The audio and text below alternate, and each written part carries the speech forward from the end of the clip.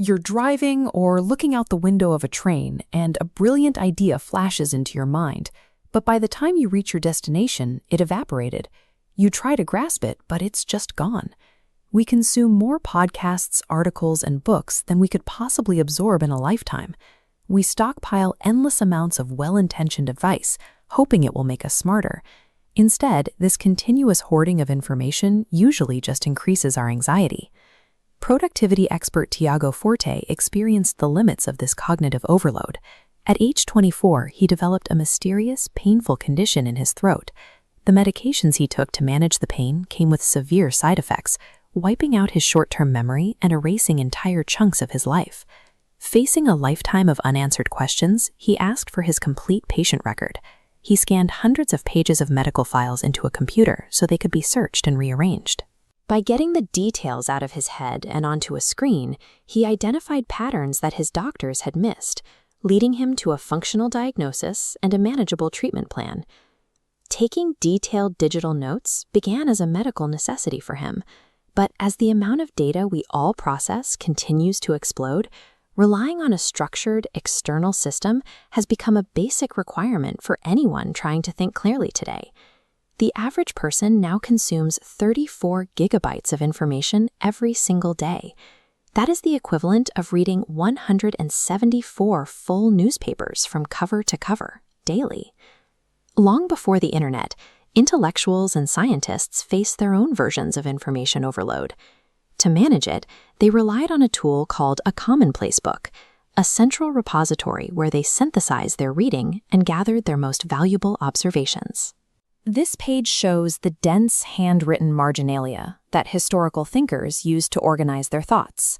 They would copy out specific passages, arguments, and facts, forcing themselves to synthesize raw information into a physical record they could reference later.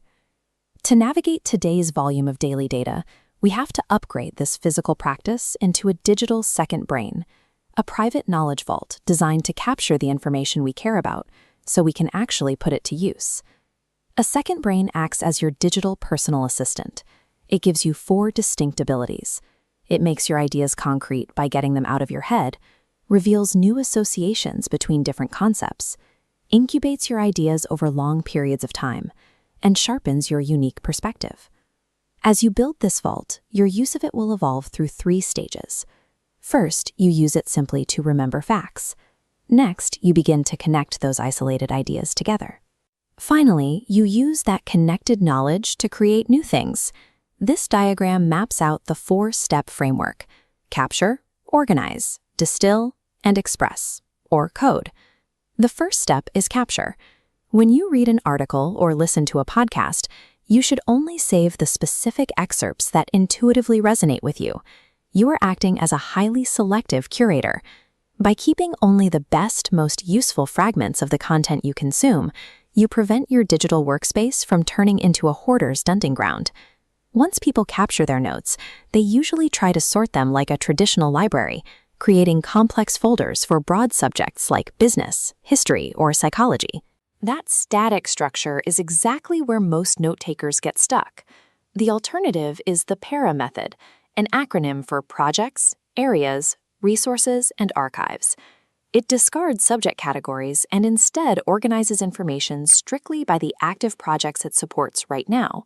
When you ask yourself, in which project will this be most useful, you bypass the friction of perfectly categorizing a piece of data. Sorting by immediate actionability ensures your virtual workspace remains focused on your actual output, rather than spiraling into an unmanageable archive. Now that the information is captured and organized, it has to be refined. Raw notes are like unfinished pieces of material. They contain great insights, but finding those insights takes too much time. You have to distill them down to their absolute essence. Director Francis Ford Coppola used a version of this.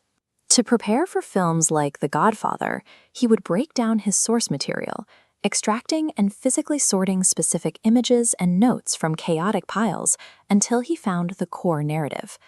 This pyramid illustrates the digital equivalent of that process, a technique called progressive summarization. You start at the base, saving raw text. Later, you bold the main points.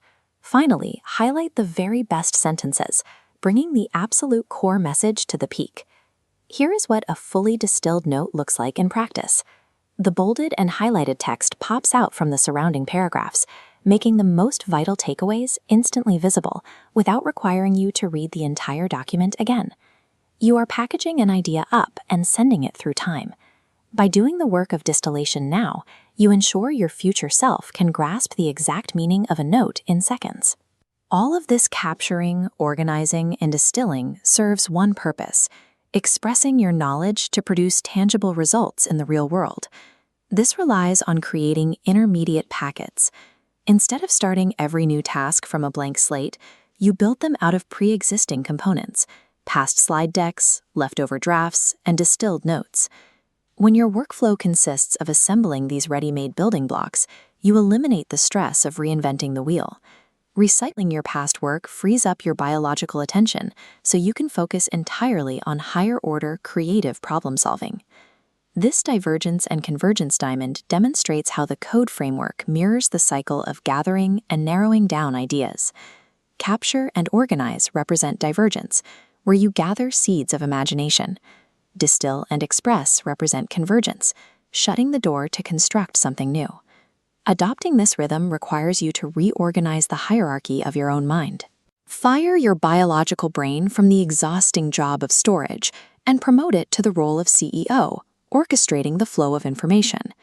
The philosopher Michael Polanyi observed what is now known as Polanyi's paradox: we know more than we can say. There is a wealth of tacit, intuitive knowledge locked inside you that machines cannot replicate, but you need an external system to help pull it out. When you permanently offload the burden of memory to technology, you stop being a passive consumer of content. You become an active creator, leaving your mind free to finally do the kind of thinking that only you can do.